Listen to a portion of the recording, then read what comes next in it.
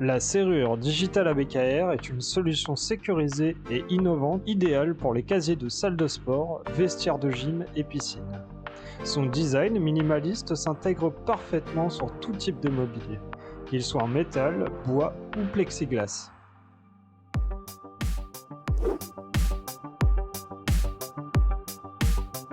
La serrure est disponible en deux options de verrouillage. Verrouillage de type A1 avec verrouillage standard par loquet, verrouillage de type A2 avec penne rétractable. Elle est conçue pour s'adapter à 4 sens de rotation selon l'installation, verrou en haut, en bas, à droite ou à gauche.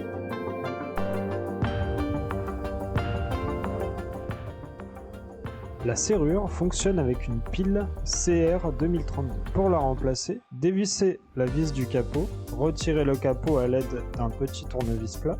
Notez que la pile se situe le plus vers le haut et le moins vers le bas. Refermez et revissez le capot.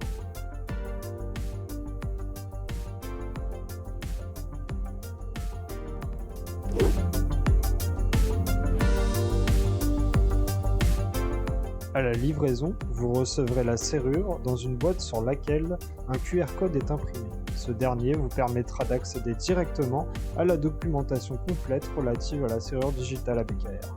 Dans le pack, vous trouverez la serrure avec les piles intégrées, la visserie nécessaire, le loquet ou la penne rétractable selon vos besoins, ainsi que la partie métallique permettant de bloquer la serrure en position fermée.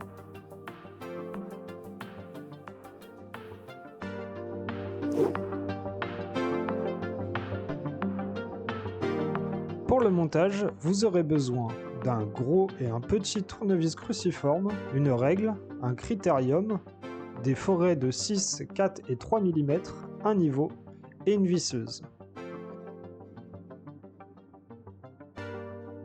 Commencez par sortir tous les éléments du pack. Cela inclut la serrure, la patte de verrouillage, la visserie, la penne ou le loquet à batteuse.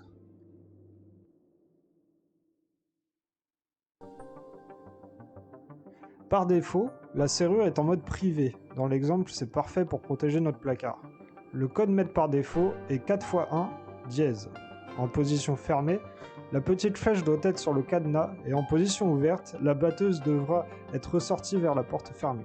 La première étape est de fixer la patte de verrouillage à l'intérieur du meuble. Il faut donc calculer à quelle distance mettre la patte de fixation dans le meuble.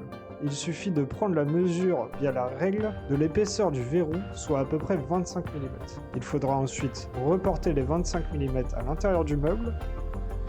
La seconde étape est de déterminer où fixer la serrure dans la porte. Commencez par tirer un trait sur la tranche du meuble et prenez la mesure entre le trait et le loquet, en prenant soin de laisser un espace de battement entre la patte de verrouillage et le loquet.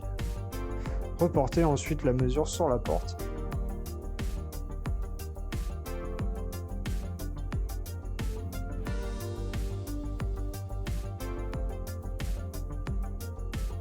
Pour déterminer la hauteur à laquelle la serrure sera fixée, prenez la mesure du haut de la porte jusqu'à la partie haute de la patte et reportez cette mesure sur la porte avec la règle et le niveau. Faites maintenant les marquages avec le critérium sur la porte que nous percerons ensuite avec notre forêt de 3 mm. Il faut également créer le marquage pour positionner le carré qui permet de faire la transmission entre le système de verrouillage et le verrou.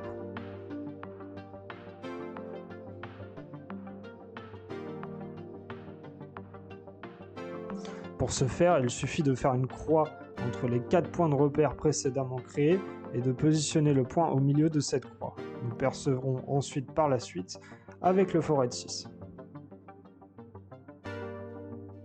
Pour plus de sécurité, nous ajoutons une vis anti-vandalisme.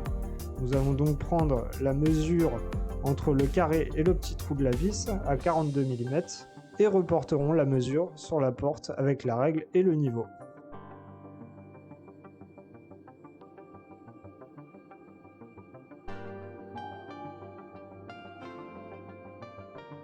Nous pouvons maintenant percer tous les trous via les repères précédemment créés et insérer la visserie.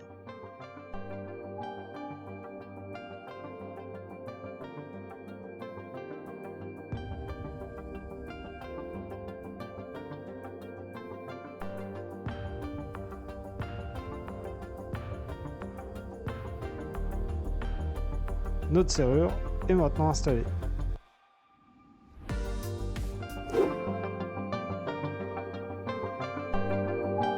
Le mode public, aussi appelé mode consigne, est idéal pour les lieux où plusieurs utilisateurs doivent utiliser le même casier. Je trouve un casier, je rentre mon code, le casier est clos jusqu'à ce que je le déverrouille. Le mode privé, quant à lui, est conçu pour un accès restreint et permanent. Il est parfait pour des casiers attribués à un seul ou plusieurs utilisateurs, comme dans les bureaux par exemple. Dans ce cas, mon badge est attribué à une serrure ou plusieurs.